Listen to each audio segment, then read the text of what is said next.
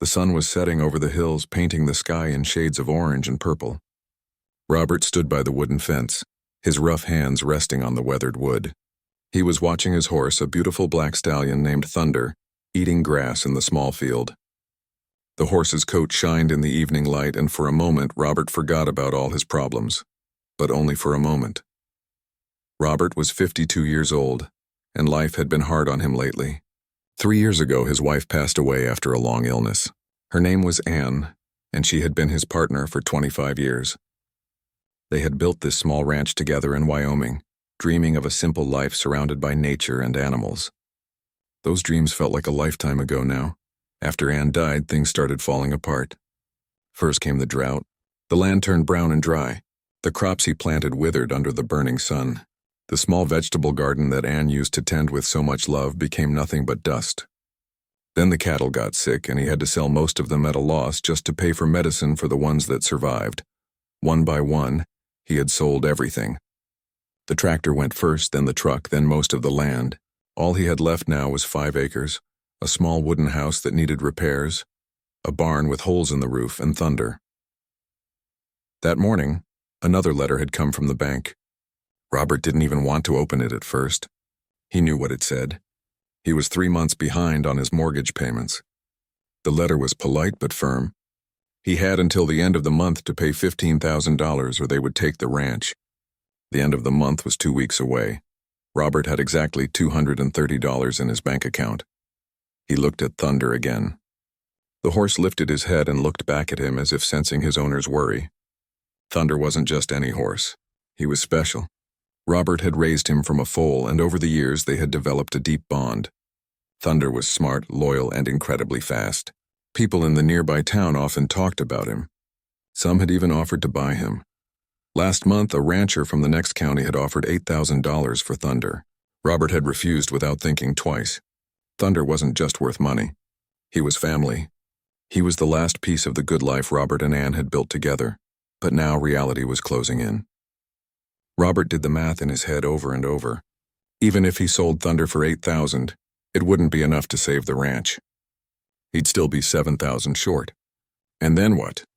He'd have no ranch, no horse, and no hope. The evening wind picked up, carrying the smell of dry grass and distant rain that never seemed to come. Robert's stomach growled. He'd had only coffee and toast that morning, trying to make his groceries last until his small Social Security check came next week. He walked slowly toward the house. His knee hurt, an old injury from his rodeo days acting up again.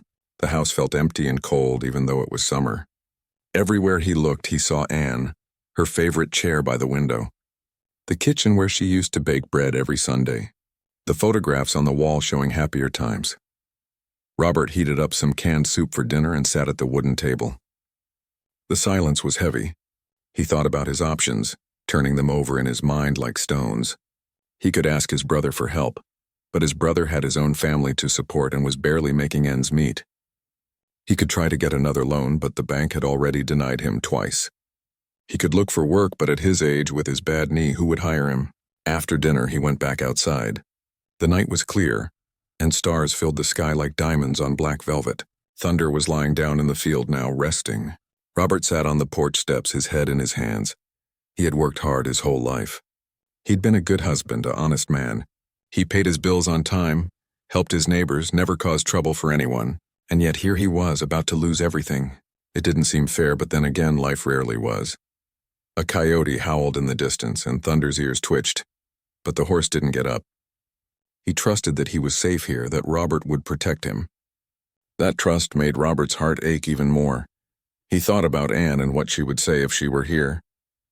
She had always been the optimistic one, always believing that things would work out somehow.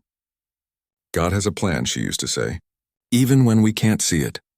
Robert wished he had her faith, but right now, sitting in the darkness with foreclosure looming, it was hard to believe in any plan. Tomorrow, he decided, he would go into town and talk to the banker one more time. Maybe he could work out a payment plan or get an extension. It was a long shot, but he had to try. He couldn't give up without fighting until the very end. As he finally stood up to go to bed, Thunder lifted his head and nickered softly, a gentle sound that horses make to greet or comfort. Robert walked over to the fence and reached out to stroke the horse's soft nose. "I'm sorry, boy," he whispered. "I don't know how we're going to get through this." Thunder nuzzled his hand, warm breath against his palm. In that moment, Robert made a silent promise. No matter what happened, he would find a way to keep Thunder safe. Even if he lost the ranch, he would make sure his horse went to a good home where he'd be treated well. He just didn't know that tomorrow would bring a choice that would test that promise in ways he never imagined. He didn't know that sometimes the hardest decisions lead to the most unexpected miracles. He didn't know that his whole life was about to change in a single afternoon. All he knew was that he was tired, worried, and running out of options. He went inside, locked the door, and fell into a restless sleep, dreaming of better days that seemed gone forever. The next afternoon, Robert was in the barn trying to fix a broken water trough when he heard a vehicle coming up the dirt road. He looked out and saw an old pickup truck, blue paint faded and rusted, struggling up the hill toward his ranch. He recognized it immediately. It belonged to David Chen, his neighbor who lived about 3 miles down the road. Robert and David had been neighbors for 7 years. David was a quiet man in his 40s who worked as a mechanic in town and did small farming on the side. He had a wife and 3 kids. Robert and Ann used to go over for dinner sometimes, and David would help Robert with repairs around the ranch. They weren't best friends, but they were good neighbors, the kind who looked out for each other. The truck came to a stop in front of the barn, and Robert could immediately tell something was wrong. The engine was making a terrible knocking sound, and smoke was coming from under the hood. David jumped out, and Robert's heart sank when he saw the man's face. David looked terrified, his eyes red and his hands shaking. "Robert, I need help," David said, his voice breaking. "Please, I need help." Then the passenger door opened and a young girl stepped out. It was David's daughter, Sophie. She was 9 years old, a sweet kid with long black hair who loved to draw pictures. But right now, Sophie looked terrible. Her face was pale, almost gray, and she was breathing in short, rapid gasps. She was holding her side, and Robert could see she was in serious pain. David's wife, Lisa, got out from the back seat holding Sophie steady. Lisa's face was streaked with tears. "What happened?" Robert asked, already moving toward them. "It's her appendix," David said quickly. "The doctor in town said it might rupture. She needs surgery right away or—" His voice trailed off, but Robert understood. A ruptured appendix could be deadly, especially for a child. "Okay, so get her to the hospital," Robert said. "Denver has the closest surgical center, right?"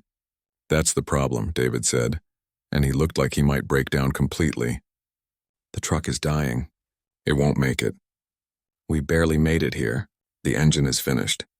I called for an ambulance, but they said it would take at least 2 hours to get here from Denver, maybe longer. The doctor said she doesn't have 2 hours, maybe not even 1. Robert felt his chest tighten.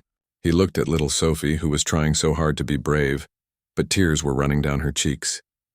Lisa was holding her daughter and whispering to her, trying to keep her calm. "What about your other car?" Robert asked. "We only have the truck," David said. "I sold the car last year to pay bills. And I've called everyone I know. Nobody's available, or they're too far away, or their vehicles aren't reliable enough for the mountain roads." David looked past Robert, toward the field where Thunder was standing.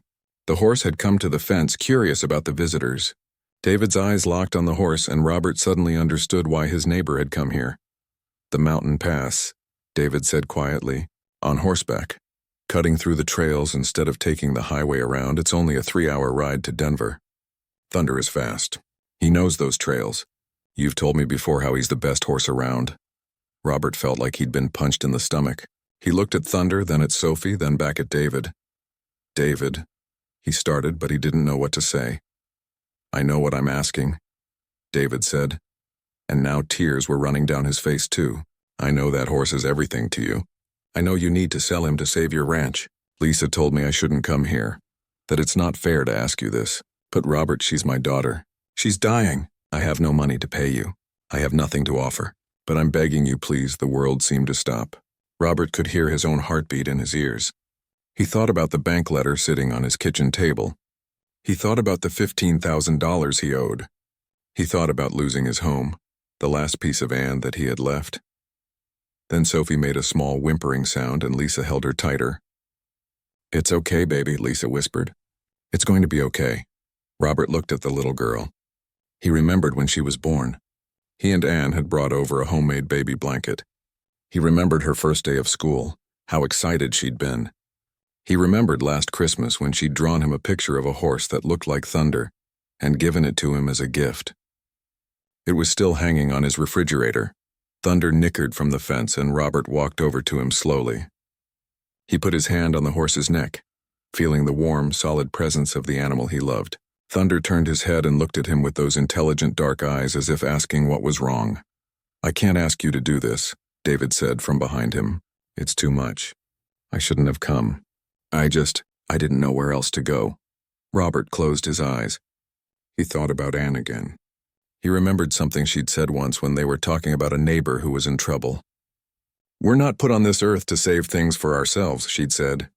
"We're here to help each other, especially when it costs us something." At the time, Robert had agreed, but it had been easy to agree when it was just words. Now it was real. Now it was Thunder. Now it was his ranch. Now it was everything. He opened his eyes and looked at Sophie again. She was just a child. She had her whole life ahead of her. Drawing pictures, going to school, growing up, getting married someday, having kids of her own. All of that could end today if he didn't help. Robert took a deep breath. His hands were shaking as he went to the barn and brought out Thunder's saddle and bridle. David watched him, not daring to hope, not daring to believe. "You know the mountain trail?" Robert asked, his voice rough. "I've ridden it before," David said. "Years ago." "Thunder knows it better," Robert said. He began saddling the horse, his movements automatic after so many years. "Give him his head when you reach the fork near Eagle Peak. He'll choose the right path. Don't push him too hard going up, but let him run on the flat stretches. He's got endurance, but he'll need water at Copper Creek." "Robert," David said, his voice choked with emotion. "I can't. Stop talking and help me," Robert said roughly. He didn't want to think about what he was doing. He didn't want to change his mind. He just wanted to save Sophie. Within 10 minutes, Thunder was ready. David climbed onto the saddle and then Lisa carefully handed Sophie up to him. The little girl sat in front of her father, leaning back against him. She looked so small and fragile. "Hold on tight to her," Robert said. "Thunder's fast, but he's also smart. He won't let you fall." David looked down at Robert, tears streaming down his face. "I'll bring him back. I promise. As soon as Sophie's in surgery, I'll write him back. Just save your daughter," Robert said. He handed David a bottle of water and some emergency supplies. "Nothing else matters." He stepped back and slapped Thunder on the hip. "Go, boy. Fast but safe." Thunder took off like a shot, his powerful legs eating up the ground. Robert watched them disappear down the road and then onto the mountain trail, dust rising behind them. Lisa stood next to him, sobbing. "Thank you," she whispered. "Thank you so much." Robert couldn't speak. He just nodded. Lisa got back in the broken truck and somehow managed to get it started enough to limp back to her house. Robert walked slowly to his porch and sat down. The sun was starting to set again. He looked at the empty field where Thunder should be. The silence was overwhelming. He'd done it. He'd given away his last hope. By morning, the ranch would be truly lost. There was no coming back from this. But somewhere on a mountain trail, a little girl was riding towards safety on the back of his horse. And Robert knew, deep in his heart, that he'd made the right choice, even if it cost him everything. Robert sat on his porch as darkness fell over the ranch. The temperature dropped, and a cool breeze came down from the mountains, but he didn't go inside. He couldn't. The house felt too empty now, emptier than it had even after Anne died. At least then he'd had Thunder. Now he had nothing but memories and an impossible debt he'd never be able to pay. He kept checking his watch. David and Sophie had left around 4 in the afternoon. It was now past 8. They should be getting close to Denver by now if everything went well. If Thunder stayed strong, if the trail was clear, if Sophie held on so many ifs. Robert's phone rang around 8:30, making him jump. He grabbed it quickly. It was Lisa, David's wife. "Robert," she said, her voice shaking. "David just called. They made it. They're at the hospital. Sophie's going into surgery now. The doctors said they got her here just in time." Another hour and she broke down crying. "You saved her life. You saved my baby's life." Robert felt something break inside him, but in a good way. Relief flooded through him like warm water. "That's good," he managed to say. "That's real good, Lisa." David said Thunder was incredible, Lisa continued. He ran like the wind. David said there was a moment on the trail when a rock slide had blocked the usual path, but Thunder just stopped and wouldn't go forward. David said it was like the horse knew something was wrong. Thunder led them on a different route, through some trees. When they passed the rock slide later from above, David could see it was fresh, probably happened just hours before. If Thunder hadn't known to go around. He's a smart horse, Robert said quietly. David's going to rest at the hospital until Sophie's out of surgery, and then he'll ride Thunder back tomorrow, Lisa said. I know that means another night without him, but David's exhausted and… It's fine, Robert interrupted. You tell David to stay with Sophie. Take whatever time you need. Thunder will be okay. After he hung up, Robert felt a strange mix of emotions, joy that Sophie was safe, pride in Thunder for getting them there, and a deep, aching sadness about what tomorrow would bring. He finally went inside around midnight. He tried to sleep but couldn't. His mind kept racing. Without Thunder, he had no way to save the ranch. In 2 weeks, the bank would foreclose. He'd have to pack up everything and leave the home he'd built with Anne. Where would he even go? Maybe his brother would let him sleep on the couch for a while until he figured things out. At his age, starting over seemed impossible. He had no real skills except ranching and riding. His knee was bad. His back hurt most mornings. Who would hire a 52-year-old broken-down cowboy with no money and no prospects? But every time these dark thoughts filled his mind, he'd remember Sophie's pale face and her labored breathing, and he knew he'd make the same choice again. Some things were more important than money or land or security. A child's life was one of those things. Around 2 in the morning, Robert got out of bed and made himself some coffee. There was no point in lying there staring at the ceiling. He went to the living room and looked at the old photo albums Anne had kept. Pictures of their wedding day. Pictures of them building this ranch piece by piece. Anne planting her garden. Robert training Thunder as a young colt. Happier times that felt like they belonged to different people. He must have dozed off in his chair because he was suddenly awakened by a sound. At first he thought he was dreaming. It sounded like thunder, but not quite. It was rhythmic, getting louder. Like drums. Or hoofbeats. Robert opened his eyes. The clock on the wall said it was almost 3 in the morning. The sound was definitely real and it was getting closer. Lots of hoofbeats, not just one horse. He got up quickly, ignoring the protest in his knee, and went to the window. At first, he couldn't see anything in the darkness. Then the moon came out from behind a cloud and Robert's mouth fell open. Horses. A whole herd of them running up the road toward his ranch. And leading them, clearly visible in the moonlight, was Thunder. Robert rushed outside, forgetting his jacket, forgetting everything. He stood in the yard, unable to believe what he was seeing. Thunder galloped through the open gate into the ranch, and behind him came wild horses. Mustangs. 20, 30 of them. Maybe more. Their coats were every color, brown, black, gray, spotted. Their manes flew wild in the night air. Thunder led them straight into the corral, circling them expertly, keeping them contained. The Mustangs followed him like he was their leader, like they trusted him completely. Within minutes, the entire herd was in Robert's corral, snorting and stamping but not trying to escape. Thunder trotted over to Robert, covered in sweat, breathing hard, but looking proud of himself. The horse nickered and pushed his nose into Robert's chest, the way he always did when he wanted attention. Robert's hands were shaking as he reached up to stroke Thunder's neck. "What did you do, boy?" he whispered. "What in the world did you do?" He couldn't make sense of it. These were wild Mustangs from the high country. Everyone knew about them. They'd been up in those mountains for generations, avoiding capture, living free. Ranchers had tried to round them up before, but these horses were too smart, too fast. They knew the mountains better than any human, and yet here they were in Robert's corral, calm and quiet, like they'd chosen to come here. Thunder had somehow found them during his journey back from Denver and convinced them to follow him home. It was impossible. It defied everything Robert knew about horses. Wild Mustangs didn't just follow a domestic horse to a ranch. They ran from humans, not toward them. But the evidence was right in front of his eyes. 30 wild horses, beautiful and strong, standing in his corral. Robert checked Thunder over carefully. The horse was tired but unhurt.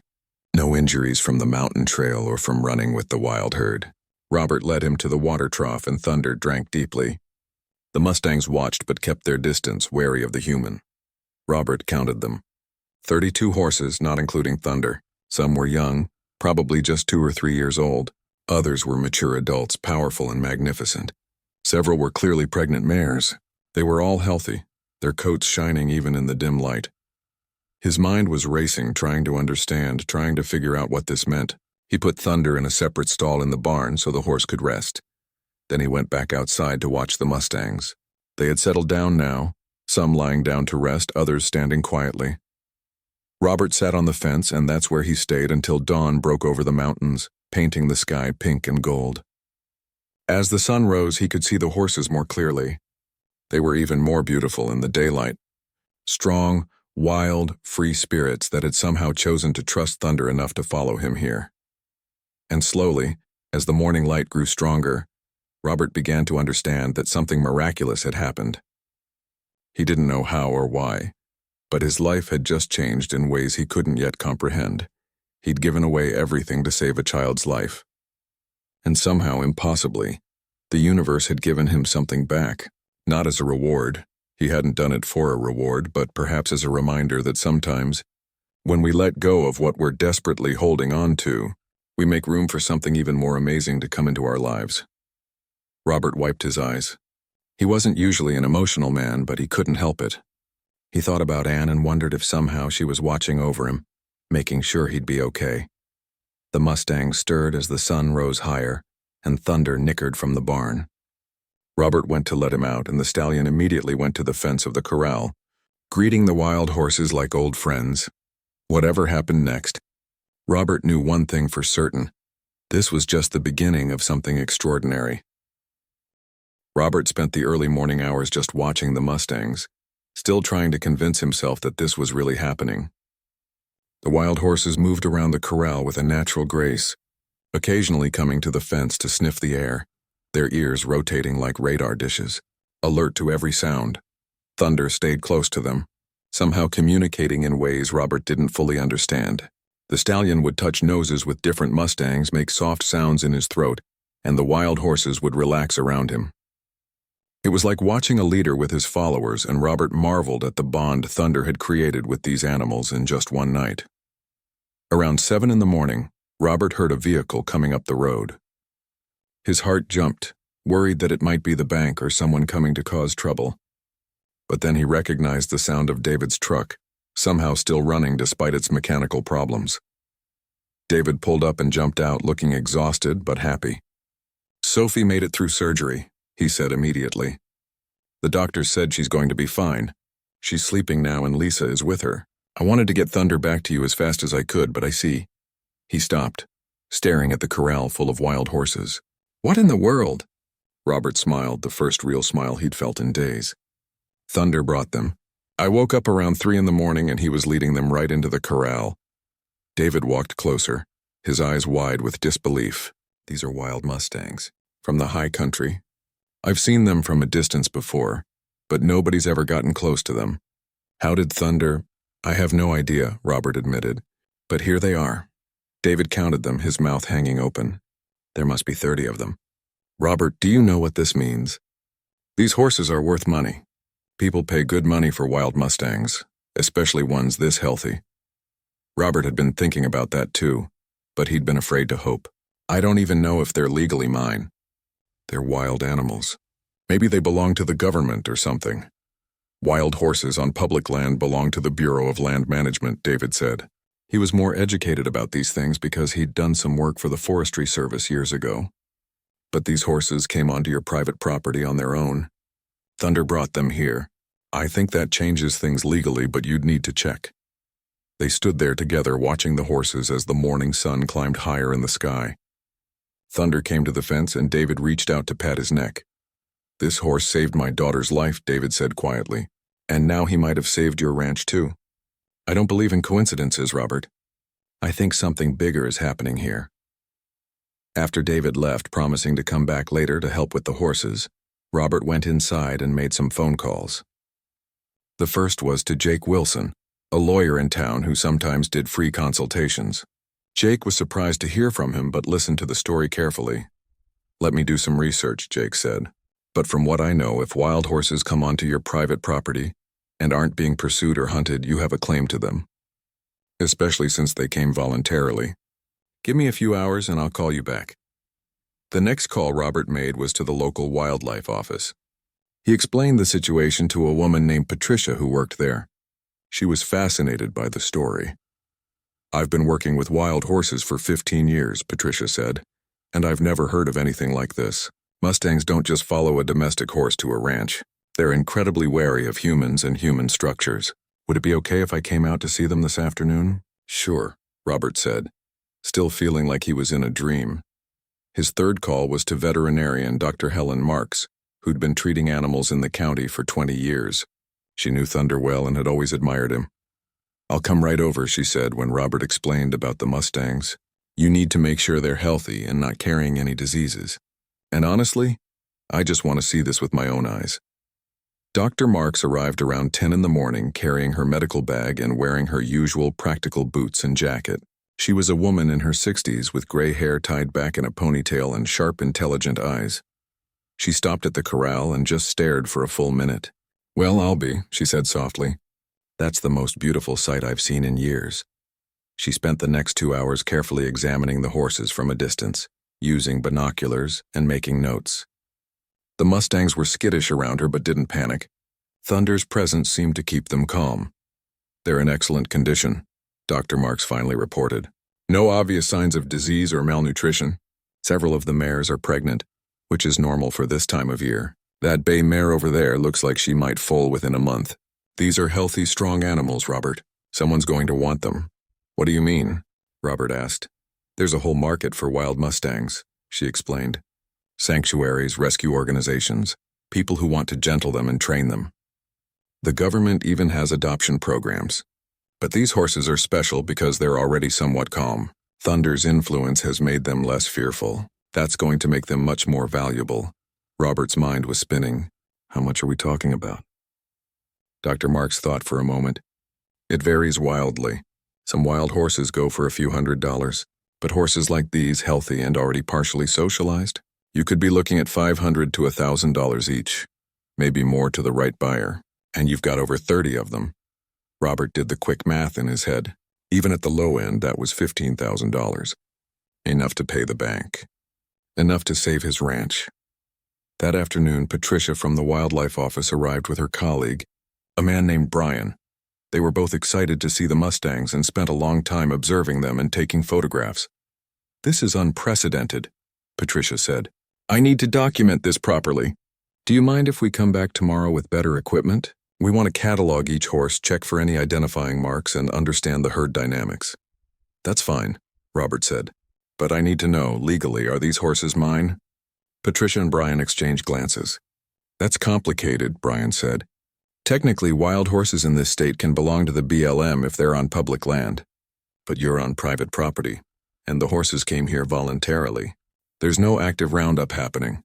I think you have a strong claim, but you should get legal advice." Jake, the lawyer, called back around 4 in the afternoon. "Good news," he said. "I've researched the state statutes and consulted with a colleague who specializes in animal law. Because the horses came onto your property voluntarily and aren't part of any active management program, they're considered yours. You'll need to register them and possibly pay some fees, but you have legal ownership." Robert felt his knees go weak with relief. He sat down on his porch steps, the phone still pressed to his ear. "You're sure?" "I'm sure," Jake said. "Congratulations, Robert. You just became the owner of a wild horse herd."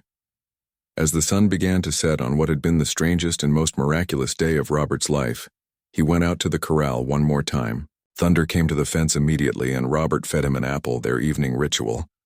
"You knew, didn't you?" Robert said quietly to the horse. "Somehow you knew exactly what to do." Thunder crunched the apple and nuzzled Robert's shoulder.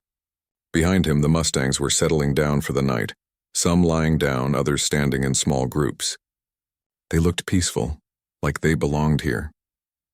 Robert thought about the journey from yesterday to today. Less than 24 hours ago, he'd given away his most precious possession to save a child's life, accepting that he would lose everything. He'd made peace with sacrifice. And now, through a miracle he still didn't fully understand, he had not just one horse but 33. He had hope again. He had a future. The wind picked up, carrying the smell of the mountains, and Robert could almost hear Anne's voice on the breeze. "See," she seemed to say. "I told you everything would work out."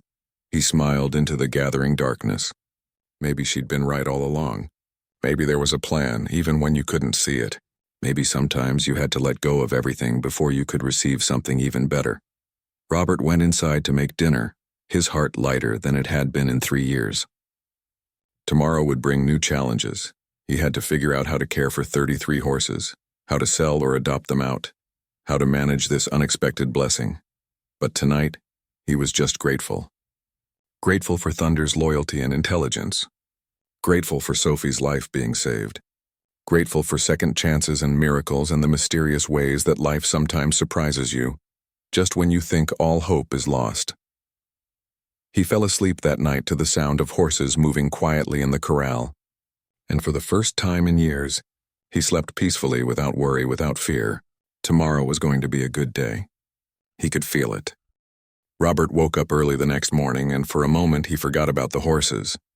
Then he heard them moving around outside, and it all came flooding back. He jumped out of bed faster than he had in months, ignoring the usual morning ache in his knee. When he looked out the window, the Mustangs were still there.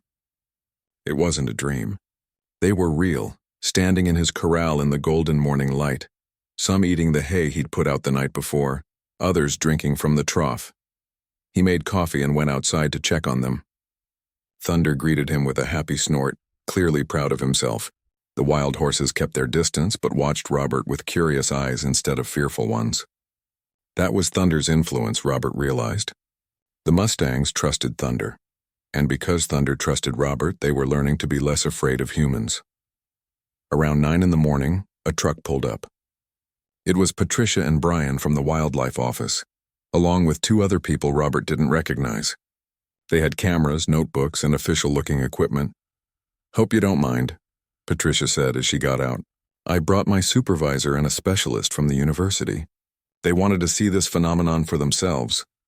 The supervisor was a woman in her 50s named Dr. Karen, who introduced herself as an expert on wild horse behavior. She walked to the corral and just stood there, watching the horses with intense focus.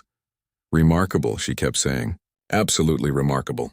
The herd structure is intact, but they've accepted a domestic horse as their leader, and they're showing significantly reduced fear responses to human presence. This could be a breakthrough for wild horse management programs across the country." She turned to Robert with excitement in her eyes. "Would you be willing to let us study this herd? Not invasive studies, just observation and documentation. This could help us understand how to better gentle wild horses for adoption, which would save countless animals from being destroyed or living in holding facilities." "I guess so," Robert said, still getting used to all the attention, "as long as it doesn't hurt them." "Of course not," Dr. Karen assured him. "We just want to observe and learn." While the researchers were setting up their equipment, another vehicle arrived. This time it was a news van from the local television station. A young reporter named Jessica jumped out with her cameraman. "Is it true?" she asked breathlessly. "You have a herd of wild Mustangs that followed your horse home?" Robert was surprised. "How did you hear about it?" "Small town," Jessica said with a smile. "My cousin works at the wildlife office. This is an amazing story. Would you be willing to do an interview?" Robert had never been on television before and felt nervous, but something told him that sharing this story might lead to good things. "Okay," he agreed. The interview took about 20 minutes. Jessica asked him about Thunder, about giving up his horse to save Sophie, and about waking up to find the Mustangs. Robert tried to explain it all simply, still not fully understanding it himself. "What are you going to do with all these horses?" Jessica asked. "I'm not sure yet," Robert admitted. "I need to find good homes for them, people who will treat them right. But I'm in no rush. They're safe here for now." After the news crew left, more visitors started arriving. Word was spreading fast through the community. David and Lisa came with their 2 other children, bringing fresh-baked bread as a thank-you gift. Sophie was still in the hospital but doing well, and they wanted to see the miracle horses for themselves. "It's like something from a movie," Lisa said, tears in her eyes as she watched the Mustangs. "You saved our daughter, and then this happens. It's like the universe wanted to make sure you'd be okay too." The local feed store owner, George, drove out with a truck full of hay. "Heard you might need this," he said. "First delivery is free. Those horses need to eat, and you're going to go through a lot of feed." Robert was touched by the kindness. "Thanks, George." I'll pay you as soon as I can. No rush, George said, waving his hand. We help each other out around here. That's how it works. Throughout the day, more people came. Some were just curious. Others brought supplies, buckets, rope, feed supplements, things Robert would need to care for a large herd. The small community was rallying around him, and Robert felt overwhelmed by their generosity. Around noon, an expensive-looking SUV pulled up, and a well-dressed man in his 40s stepped out. He introduced himself as Michael Sterling, a documentary filmmaker from California. I saw the news story online, Michael explained. It's already going viral. People are sharing it all over social media. This is the kind of story that gives people hope, you know? And I'd like to make a short documentary about it if you're willing. Robert was skeptical. I'm not looking for fame or anything like that. I understand, Michael said. But this story is bigger than just you. It's about sacrifice and unexpected blessings. It's about the connection between humans and animals. People need to hear stories like this, especially right now when the world feels so difficult. And I'll be honest with you, I'd pay for the rights to film here. $5,000. $5,000. Robert's mind reeled. That was a significant chunk of what he owed the bank. I need to think about it, Robert said. Of course, Michael said, handing him a business card. Take your time. I'll be in town for a few days. Call me when you decide. That evening, after all the visitors had left, Robert sat on his porch with a notebook, trying to figure out his finances. The documentary would bring in $5,000. Dr. Marks had said the horses could sell for $500 to $1,000 each. If he sold or adopted out most of them and kept just a few, he could easily make $20,000 to $30,000. More than enough to pay the bank and have something left over. But there was something else too. Patricia had mentioned that wild horse sanctuaries and adoption programs were always looking for animals. She'd given him some contact information for reputable organizations. Robert spent the next hour making phone calls. He spoke to a woman named Rachel, who ran a wild horse sanctuary in Montana. She was very interested in the Mustangs. We specialize in gentling wild horses and finding them good homes, Rachel explained. If your horses are as calm as you described, they'd be perfect for our program. We could take as many as you're willing to part with. We pay fair prices and we make sure every horse goes to a screened, qualified home. They talked about logistics and prices. Rachel offered him $600 per horse for any he was willing to send to her sanctuary, with the understanding that Thunder would stay with him. I need to think about which ones to keep and which ones to send, Robert said. I don't want to break up the herd too much. Some of them seem bonded. I understand, Rachel said. Take your time. These horses chose to come to you. You'll know what's right. After hanging up, Robert went back outside. Thunder was lying down in the barn resting, but he lifted his head when Robert approached. What do you think, boy? Robert asked, sitting down on a hay bale. Should we keep some of your friends here? Or should we help them all find new homes? Thunder snorted softly as if answering, and Robert smiled. He knew what he wanted to do. He'd keep Thunder, of course, and maybe 4 or 5 of the Mustangs that seemed most bonded to Thunder. The rest would go to Rachel's sanctuary, where they'd be trained and adopted out to people who would love them. It was the right thing to do. These horses deserved good lives, and Robert couldn't provide for all 33 of them long-term. But he could make sure they got to the right place. The next morning, the local newspaper ran a front-page story about Robert and the Mustangs. By afternoon, the television interview had been picked up by regional news stations. By evening, Robert's phone was ringing constantly. People were calling from all over the state wanting to adopt a Mustang. Reporters wanted interviews. Animal welfare organizations wanted to visit. It was overwhelming, but also exciting. Jake, the lawyer, called to help Robert sort through the offers and make sure everything was legal and fair. You're sitting on a gold mine here, Jake said. But more importantly, you have an opportunity to do real good. These horses can have wonderful lives if you place them carefully. Over the next few days, Robert worked with Rachel, Patricia, and Dr. Karen to develop a plan. They would evaluate each horse individually. The pregnant mares would go to the sanctuary where they could foal safely. The younger horses would be trained for adoption. The older, more independent horses would go to a preserve where they could live semi-wild but protected. Robert decided to keep Thunder and 5 Mustangs, 3 mares and 2 young stallions that seemed particularly bonded to Thunder. They would be the core of a small herd that Robert could manage on his ranch. Michael, the filmmaker, came back and Robert agreed to let him make the documentary. The $5,000, combined with the payments from the sanctuary and adoption fees, would give Robert more than enough to pay off the bank and make some improvements to the ranch. But the most surprising call came from a marketing executive at a Western wear company. They wanted to use Thunder in an advertising campaign about loyalty and the bond between humans and horses. They were offering $10,000. Robert had to sit down when he heard that number. Just for taking some pictures of Thunder. It's more than that, the executive explained. It's the story. Thunder saving a little girl's life, then bringing you the... 2 weeks had passed since that miraculous night when Thunder brought the Mustangs home. Robert's small ranch had become a hub of activity. Researchers came and went documenting the horses. The documentary crew spent 3 days filming. People from the community stopped by just to see the miracle, herd and bring supplies, but now came the hard part, deciding which horses would stay and which would go to new homes. Robert stood at the corral early one morning, watching the Mustangs interact. Over the past 2 weeks, he'd gotten to know them as individuals. Each horse had its own personality, its own quirks and qualities.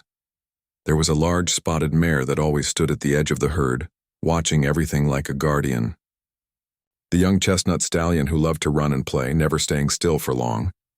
An older gray mare who was pregnant and seemed calm and wise beyond her years. Twin black yearlings who were inseparable, always grazing side by side. Rachel from the sanctuary was coming tomorrow to pick up the first group of horses. Robert needed to decide which ones would go and which would stay. Thunder came to the fence and Robert stroked his neck. "Help me out here, boy," he said quietly. "Which ones should we keep? Which ones are your real family?" As if understanding, Thunder turned and walked into the corral. Robert watched, fascinated, as his horse moved among the Mustangs. Thunder would stop at certain horses, touching noses with them, making soft sounds. He did this with 5 specific horses, 3 mares and 2 younger stallions. One mare was the spotted guardian. Another was a beautiful bay with intelligent eyes. The third was a smaller brown mare who seemed gentle and sweet. The 2 young stallions were brothers, both dark brown with black manes, full of energy but respectful of Thunder's leadership. "Those 5?" Robert asked, even though he knew Thunder couldn't answer. But somehow he felt certain. These were the horses that had formed the strongest bonds with Thunder. These were the ones who should stay. That evening, David came over with Sophie. The little girl was out of the hospital now, healing well from her surgery. She'd been asking to visit the horses ever since she'd heard about them. Sophie's eyes went wide when she saw the Mustangs. "They're so beautiful," she breathed. "Daddy said Thunder brought them here after he saved my life." "That's right," Robert said, smiling at her excitement. "Thunder's pretty special. Can I draw them?" Sophie asked, pulling out a sketchbook she'd brought. "I want to remember what they look like." "Of course you can," Robert said. Sophie sat on the porch steps and started drawing, her tongue sticking out slightly in concentration the way kids do when they're focused. David stood next to Robert, watching his daughter. "She's doing really well," David said quietly. "The doctors say she'll make a full recovery. But Robert, I still don't know how to thank you. You gave up everything for her." "I got it all back and more," Robert said, gesturing to the horses. "Turns out the universe was just waiting for me to let go." "About that," David said, reaching into his pocket. He pulled out an envelope. "It's not much, but Lisa and I wanted to give you something. We've been saving where we can." Robert opened the envelope and found $300 in cash. "David, no. You don't need to—" "Yes, we do," David interrupted firmly. "You gave us Thunder when you couldn't afford to. You gave us our daughter's life. Please let us give you something back. It's important to us." Robert felt his throat tighten with emotion. He nodded, unable to speak for a moment. "Thank you," he finally managed. Sophie came over with her sketchbook. "I finished. Want to see?" She'd drawn all the horses, capturing their essence with the simple, honest art that children create. In the center was Thunder, larger than the others, clearly the hero of her picture. "This is for you," Sophie said, tearing the page carefully from her book. "For your refrigerator. To remember that good things happen to good people." Robert took the drawing, remembering the one she'd given him last Christmas that still hung on his fridge. "I'll treasure it," he said. "Thank you, Sophie." After they left, Robert went inside and put the drawing up next to the old one. He looked at them both. Simple pictures from a child's hand, but full of love and meaning. These were the things that mattered, he realized. Not money or land or possessions, but connections. Kindness. Love. The next morning, Rachel arrived with a large horse trailer and 2 experienced handlers. She walked through the corral with Robert, and he pointed out which horses would be staying. "Good choices," Rachel said, watching how Thunder interacted with his chosen 5. "Those horses are clearly bonded to him. They'll be happy here. The others will thrive at the sanctuary. I promise you, Robert, we'll take excellent care of them." Loading the horses took most of the day. Rachel's team was patient and gentle, using techniques to keep the Mustangs calm. Thunder watched the whole process, seeming to understand what was happening.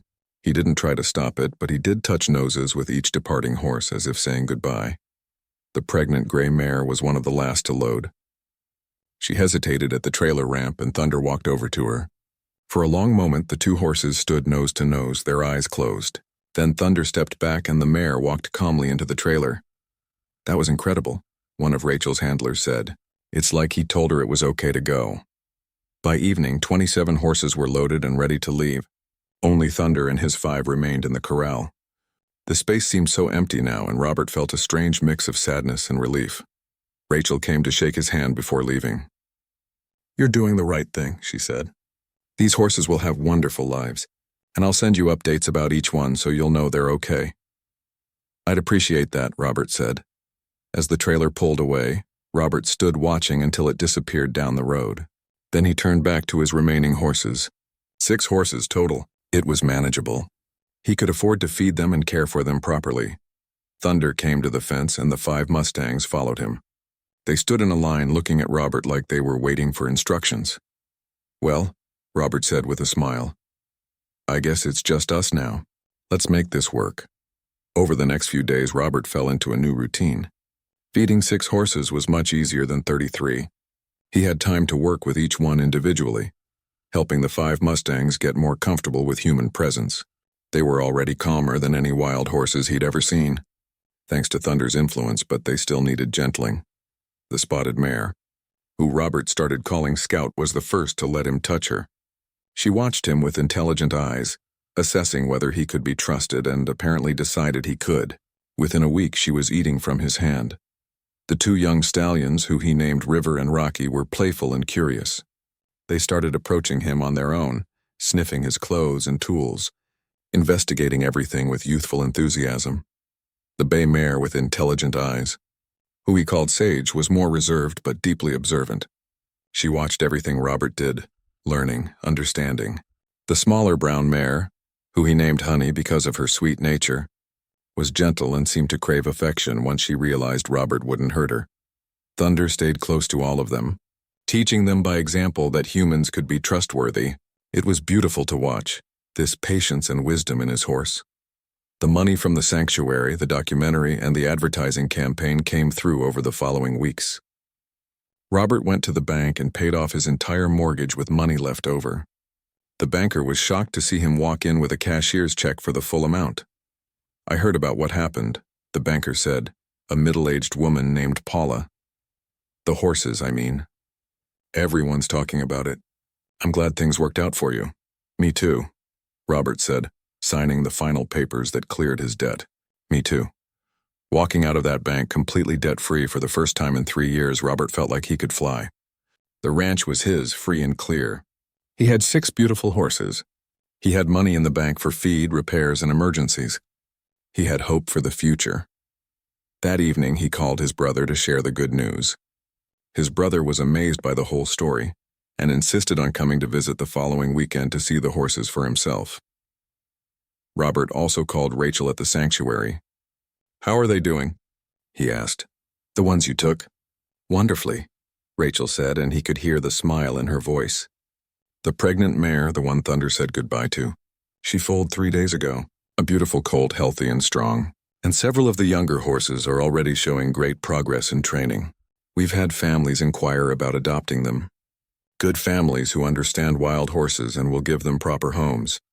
"That's good to hear," Robert said, feeling relieved. "Really good. You should be proud," Rachel said. "You saved these horses." "All of them. Even the ones you kept will have better lives because of your kindness." After hanging up, Robert went outside to check on his herd one last time before bed. The 6 horses were settled for the night, some lying down, others standing quietly under the stars. Thunder walked over when he saw Robert. The stallion had been his companion through the worst time of his life and had somehow found a way to save him. Robert wrapped his arms around Thunder's neck, breathing in the familiar smell of horse and hay and home. "Thank you," Robert whispered, "for everything." 3 months had passed since the night Thunder brought the Mustangs home. Autumn was settling over the Wyoming mountains, painting the landscape in brilliant golds and reds. Robert stood on his newly repaired porch, watching the 6 horses graze peacefully in the field. Life had changed in ways he never could have imagined. The documentary about Thunder and the miracle herd had been released online and went viral, just as Michael had predicted. Millions of people watched it, sharing it across social media with comments about how it gave them hope and restored their faith in goodness. Robert had received letters from all over the country, some with donations, others just thanking him for the story. The advertising campaign with Thunder had been hugely successful. The Western Wear Company wanted to do a second campaign in the spring. But more importantly, Thunder seemed to enjoy the attention. He'd always been a proud horse, and posing for cameras came naturally to him. With the money from everything combined, Robert had been able to make real improvements to the ranch. The barn had a new roof. The fences were all repaired and reinforced. He'd bought a used but reliable truck. The house had new windows that actually kept the cold out. For the first time in years, Robert felt secure. But the biggest change wasn't the physical improvements. It was what was happening in his heart. Dr. Karen, the researcher who'd been studying the horses, had been visiting regularly to document the Mustangs' continued adjustment to domestic life. She was a kind woman with a warm laugh, and Robert found himself looking forward to her visits. They'd talk for hours about horses, about life, about everything. One afternoon in early October, Karen came by with her laptop to show Robert some of the research papers she'd written about Thunder and the herd. "Your horse has contributed to actual scientific understanding," she said, her eyes bright with excitement. "We're developing new training methods based on how Thunder gentled those wild horses. This could help thousands of Mustangs in holding facilities across the country." "That's something," Robert said, feeling proud. "Thunder's making a difference even beyond saving Sophie." "Speaking of Sophie," Karen said, "I ran into her mother at the grocery store. Lisa told me Sophie wants to volunteer here, to help with the horses. Would you be open to that?" Robert thought about it. "She's only 9. That's pretty young to work with horses." "I could supervise," Karen offered. "I'm here several times a week anyway, and it might be good for both of you." Sophie clearly adores these horses, and having a young person around might bring some life to the place. Robert realized she was right. The ranch had been quiet for too long. "Okay," he agreed. "Let's give it a try." So Sophie started coming by every Saturday morning. At first, she just watched and learned. Robert taught her how to measure feed, how to clean water troughs, how to move around horses safely. She was a quick learner, respectful and gentle with the animals. The horses, especially Honey, the sweet brown mare, took to Sophie immediately. Honey would follow the little girl around like a dog, and Sophie would talk to her constantly, telling her about school and friends and her dreams. "When I grow up," Sophie told Robert one Saturday, "I want to have a ranch like this, with horses that trust me just like they trust you." "You've got a good heart for it," Robert said. "That's the most important part." David started coming with Sophie sometimes, and he'd help Robert with bigger projects. Together, they built a new storage shed for feed and supplies. They cleared some of the overgrown areas and created better grazing rotation for the horses. "This is like therapy," David admitted one day while they were working. "After almost losing Sophie, I needed something to do with my hands, you know? Something real and physical. Being here helps," Robert understood. Work had always been his own therapy after Anne died. One evening in late October, Karen stayed for dinner. Robert had made his grandmother's recipe for beef stew, and they ate on the porch as the sun set, watching the horses settle down for the night. "Can I ask you something personal?" Karen said after a while. "Sure," Robert said, though he felt a little nervous. "Are you lonely out here by yourself?" Robert thought about it honestly. "I was," he admitted. "For a long time after Anne died, I was very lonely. But lately, with everything that's happened, with people visiting and Sophie coming around, and He paused, feeling his cheeks warm. And you being here a lot? I'm not lonely anymore, Karen smiled. And Robert noticed for the first time how pretty she looked in the evening light. I'm glad, she said softly. Because I've been coming here more often than my research really requires. I like being here. I like talking to you. Robert felt something flutter in his chest that he hadn't felt in years. Hope. The possibility of connection. I like you being here too, he said quietly. They sat in comfortable silence watching the stars come out, and Robert realized that healing wasn't just about recovering from loss. It was about opening yourself up to new possibilities. November brought the first snow, and with it came news from Rachel at the sanctuary. The pregnant mare's colt was thriving, and she'd been adopted by a family in Montana who had experience with wild horses. Several other Mustangs from the original herd had also found permanent homes. Every single one of them is doing well, Rachel reported during their monthly phone call. And Robert, you won't believe this, but we've had people donate to the sanctuary specifically because they heard about your story. We've been able to help even more horses because of the attention your situation brought. That's wonderful, Robert said, genuinely pleased. Those horses deserved good endings. They got them, thanks to you, Rachel said. You gave up everything to save a child, and in doing so, you saved dozens of horses too. That's a pretty amazing legacy. After hanging up, Robert thought about what she'd said. Legacy. He'd never thought about having a legacy. He'd just tried to do the right thing when faced with an impossible choice. But maybe that was how legacies were built. Not through grand plans or seeking recognition, but through simple acts of kindness and courage in moments when it mattered most. As Christmas approached, Robert decided to host a small gathering at the ranch. He invited David's family, Karen, George from the feed store, Dr. Marks the vet, and a few other people from town who'd helped him through the difficult times. Sophie helped him decorate, hanging lights around the barn and the porch. Thunder wore a wreath around his neck for the occasion, looking noble and patient as people took photos with him. The party was simple: hot cider, homemade cookies, and the warmth of community. People stood around the outdoor fire pit Robert had built, talking and laughing, occasionally walking over to pet the horses who seemed to enjoy the attention. At one point, David stood up and tapped his cider mug to get everyone's attention. I want to make a toast, he said, to Robert, who showed us all what it means to be selfless, who gave up everything to save my daughter and in return received a miracle. This year has been hard for a lot of us, but Robert's story reminds us that good things still happen, that kindness still matters, that sometimes, when you give away what you can't afford to lose, the universe finds a way to give you something even better. Everyone raised their mugs, and Robert felt his eyes sting with emotion. He looked around at the faces of people who'd become like family to him over the past few months. He looked at Thunder and the 5 Mustangs standing peacefully in their field. He looked at Karen, who smiled at him warmly. Thank you all, Robert said, his voice rough. I didn't do anything special. I just did what felt right in the moment. But I'm grateful for how things turned out. I'm grateful for all of you.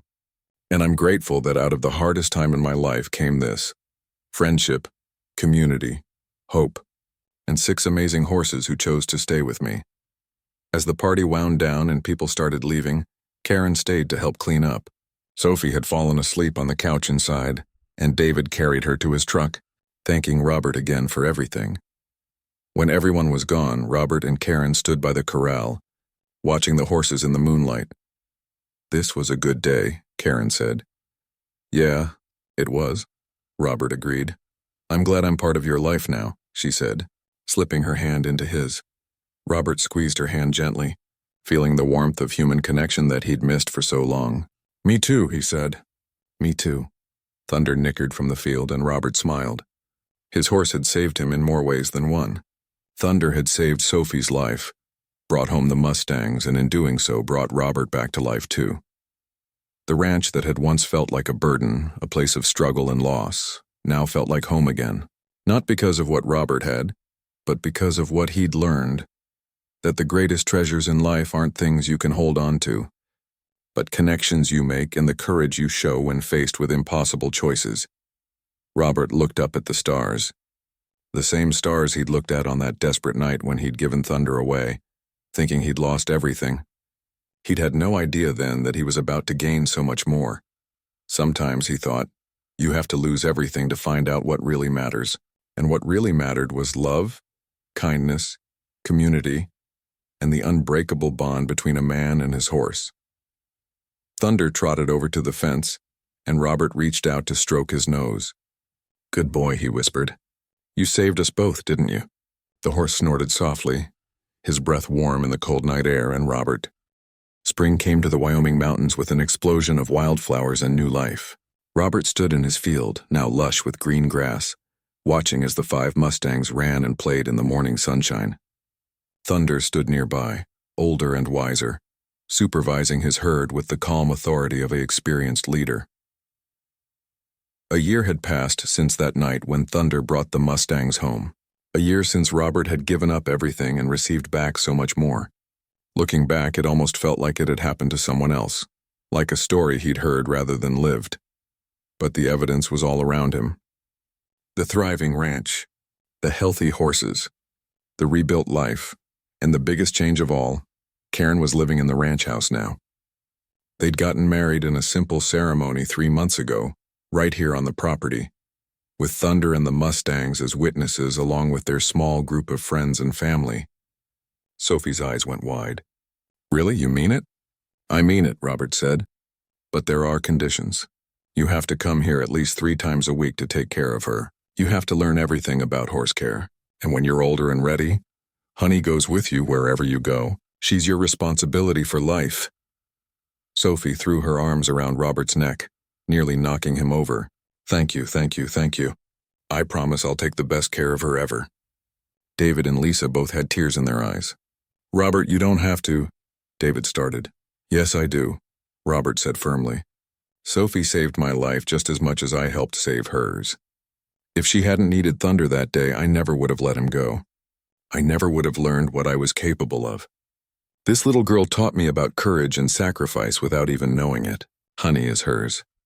They spent the morning drawing up a proper adoption agreement, making it official. Sophie signed her name carefully at the bottom, her hand shaking with excitement. Karen took photos of the moment, capturing Sophie's joy as she hugged her new horse. "You know what this means?" Sophie said to Honey, stroking the mare's soft nose. "We're family now, forever." Robert watched the scene and felt his heart swell. This was what it had all been for. Not the money or the media attention or even saving the ranch, though those things mattered. It was about this. A young girl learning about love and responsibility. A horse finding her perfect person. A community coming together. After David's family left, with Sophie promising to return the next day to start Honey's training, Robert and Karen sat on the porch. The afternoon sun was warm and the smell of spring flowers filled the air. "You did a good thing," Karen said. "Felt right," Robert replied. His phone buzzed with a text message. It was from Michael, the documentary filmmaker. The message included a link and a note. "Thought you'd want to see this." Robert clicked the link and found himself watching a news segment. A reporter was interviewing a man at a wild horse sanctuary in Nevada, completely unrelated to Rachel's facility. The man was talking about how he'd started a program to help troubled youth by having them work with rescued Mustangs, teaching both the kids and the horses to trust again. "I got the idea after watching this documentary about a man in Wyoming," the man said. "It showed how powerful the bond between humans and horses can be, and how one act of kindness can create ripples that spread far beyond what you can see. That story inspired me to do something meaningful with my life."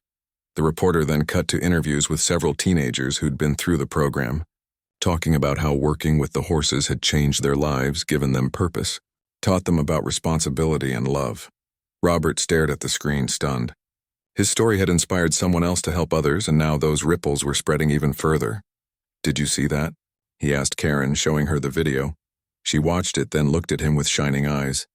"Your one decision that day, giving up Thunder to save Sophie, it's still creating good things."